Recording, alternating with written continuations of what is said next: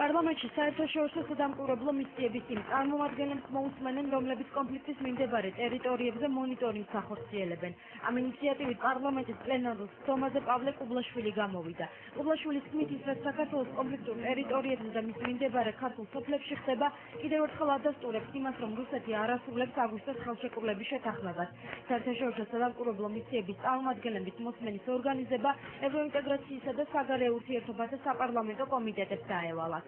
ის გამუდმებული პროვოკაციები, რომელსაც ადგილი აქვს კონფლიქტის ზონაში ან მის მიმდებარე ტერიტორიაზე, მართლაც ძალიან მნიშვნელოვანია, რომ ყველა ამ ფაქტთან დაკავშირებით ჯეროვანი რეაგირება იყოს, მაგრამ ესეთი ფაქტები კიდევ ერთხელ ადასტურებს, რომ რუსეთის მხრიდან არანაირი შეთანხმება არ არის შესრულებული, მოგებულიყო 12 აგვისტოს შეთანხმებას და ვიდრე საერთაშორისო სადამკვირვებლო მისიები არ განთავსებიან მთლიანად კონფლიქტის ზონაში, ვერავინ შედეგს ბუნებრივია ჩვენ ვერ მივახცევთ. ამიტომ ალბათ აუცილებელია, რომ ჩვენი პარლამენტის შესაბამისო კომიტეტებმა მოიწვიონ ინფორმაცია სადამკვირვებლო მისიების ამ კონფლიქტის ზონაში ოკუპირებულ ტერიტორიაზე განთავსების შესახებ და ამის შემდეგ უკვე პარლამენტსაც უფრო დეტალური ინფორმაცია მიაწოდონ იმასთან დაკავშირებით, თუ რა პროგრესი შეიძლება ველოდეთ ამ მიმართულებით უახლოესი დღეების, უახლოესი კვირეების განმავლობაში.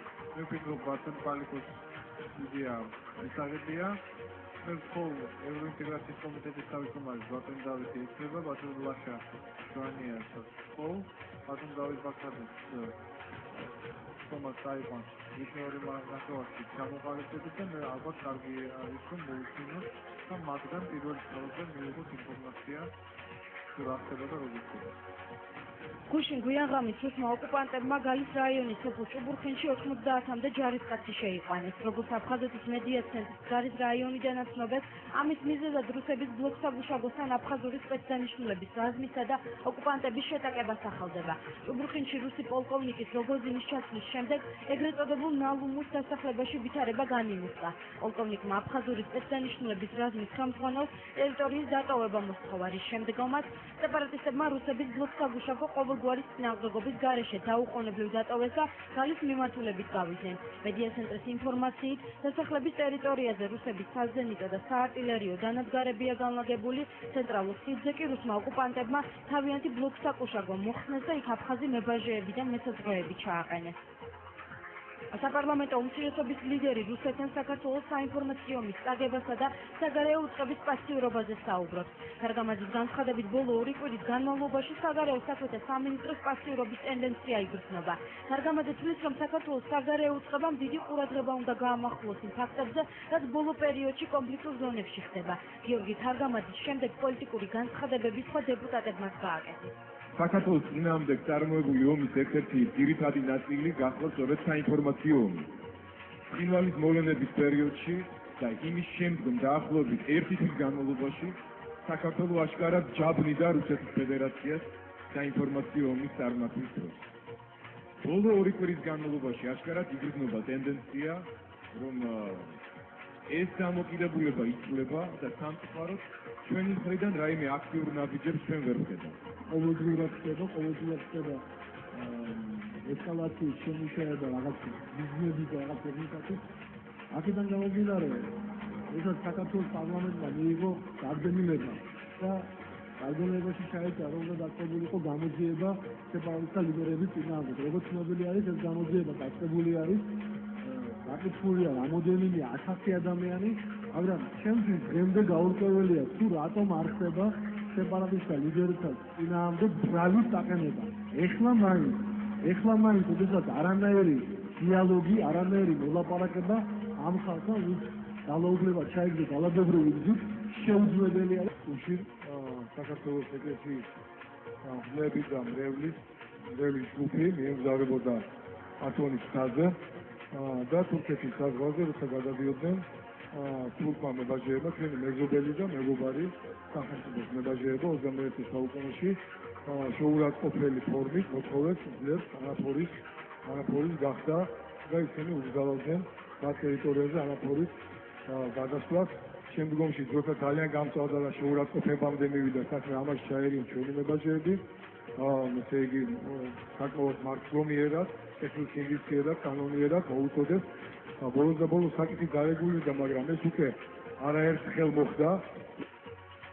საქართველოს მხარს უჭერს საერთაშორისო მოლაპარაკებების პროცესს და ქვეყანაში არსებული პრობლემების მოლაპარაკებების გზით გადაწყვეტას მიესალმება. ეს განცხადება დღეს პარლამენტის თავმჯდომარემ ბიუროს ხომაზე განაცხადა. ბაქრაძის თქმით, ქართული მხარე მზადაა მაქსიმალურად გაითვალისწინოს ყველა ინტერესი, თუმცა ბაქრაძე აღნიშნავს, რომ ეს არ მოხდება სახელმწიფოს ძირითადი ინტერესების იგნორირების ხარჯზე. ჩვენ მხარს უჭერს მოლაპარაკებების პროცესს. ჩვენ მიგვაჩნია, რომ არსებული პრობლემები უნდა გადაწყვეტეს და გადაიჭრას სწორედ მოლაპარაკებების ფორმატში და ჩვენ მზად ვიყოთ მაქსიმალურად მოხდილი ამ პროცესში, ჩვენ მზად ვართ მაქსიმალურად გავითვალისწინოთ ყველას ინტერესი, მაგრამ უნებრივია ყველას ინტერესის გათვალისწინება არ მოხდება საქართველოს ძირითადი ინტერესის იგნორირების ხაზზე და ეს ძირითადი ინტერესი, ეს წითელი ხაზი ჩვენი დიპლომატიისთვის უნებრივია გახლავთ საქართველოს ტერიტორიული გზით. ტელეკომპანია იმედის ახალი მფლობელის წარმომადგენლები ამბობენ, რომ ბადრი პატრაკაციშვილის ანდერძის ასულზე არსებული ხელმოწერა პატრაკაციშვილს ეკუთვნის. ადვოკატებმა და ჯოზეფ ქეის წარმომადგენლებმა დღეს თბილისის მარიოჩის დასკვნა წარმოადგინეს, რომელშიც უცხოელი ექსპერტები ადასტურებენ პატრაკაციშვილის ხელმოწერის სინამდვილეს. ამის გარდა ჯოზეფ ქეის წარმომადგენლებმა გამოაქვეყნეს 1994 წელს ბადრი პატრაკაციშვილისა და მის მეუღლეს ინა ბუდავაძეს შორის დადებული შეთანხმება, რომლის საფუძველზეც მეუღლეებს საგადასახადო დეკლარაციების ცალ-ცალკე შევსება და ვალებზე ერთმანეთისგან დამოუკიდებლად პასუხისმგებლობა დაეკისრათ. ჯოზეფ ქეის ადვოკატები ამბობენ, რომ ქონების ერთადერთი კანონიერი გამკარგავი ჯოზეფ ქეია. ინა ბუდავაძის ადვოკატი ქეის წარმომადგენლებს დაუდასტურებელი ინფორმაციის გავრცელებაში ადანაშაულებს. მე ფაქტებს მოგახსენებ. ბატონი ბერეზოვსკი გამოდის პრესკონფერენციაზე და აცხადებს, ბატონი ბადრის გარდაცვალების შემდეგ, რომ მას აქვს უფლება მას აქვს პრეტენზია უკაცრავად ბატონი ბადრი პატრაკაშვილის აქტივობის 50%. ბატონი ჯოზეფ ქეი თავიდანვე აცხადებს, რომ არანაირი ბატონი ბერეზოვსკის არანაირი აქტივი, არანაირი სამჭიროების, არანაირი წილი არ ეკუთვნის, ხო? შესაბამისად, მატერიალური მოტივაცია თუ რამ მრავალი ათეული მილიონი ხმის საკმარისდება, შესაძლებელია ესეთი ყოფნა. შემდეგი, ხალბატონი ინას მოტივაცია. ხალბატონი ინა აცხადებს, რომ იგი არის კანონიერი მეუღლე, მას ეკუთვნის მთელი წილი და ბატონი ბერეზოვსკის ხალხაშვილის პრესკონფერენციაზე აცხადებდა, რომ ხალბატონი ინას გააჩნია უფლება განკარგოს და ასე შემდეგ აქტივები და ასე შემდეგ. ამ შემთხვევაში ხალბატონი ინას მოტივაციას არის ჩემთვის გასაგებია და თქვენთვისაც არის. ჩემთვის სახელმწიფოს გარდაცვალების მათგან ორი დოკუმენტი, რომელთაგან ასეთი თავისი ვარსაუბრო იმაზე დოკუმენტები ორთავე სამხედრო ორიგინალი და ვარსაუბრობთ იმაზე, რომ თანახმადებლად ეს დოკუმენტები არ ახერხებენ იმ შედეგს, როგორც აღიარებული საზოგადოებრივი სამხედრო მასალა ან ამის წარმოშობა, ასეთი დოკუმენტი თავისთავად აზარმოადგენს ამბებს. ბოლოს თავიანთ საზუსტებულ უსაფრთხოებულ მოთხოვნაში ჯოზეფ ქეის წარმომადგენელმა ამტკიცეს, რომ ეს დავალების ხელშეკრულება დამალულოა. რაც სამხედრო პროცესში წარმოქმნის აბსოლუტურად ნამდვილად საშუალებელი დოკუმენტი ის დოკუმენტი იქაც ჯოზეფ ქეის აღმასრულებლად დანიშნვის აქტი და ეს დავალების ხელშეკრულება. გარდა ამისა ფაქტია, რომ აკრუს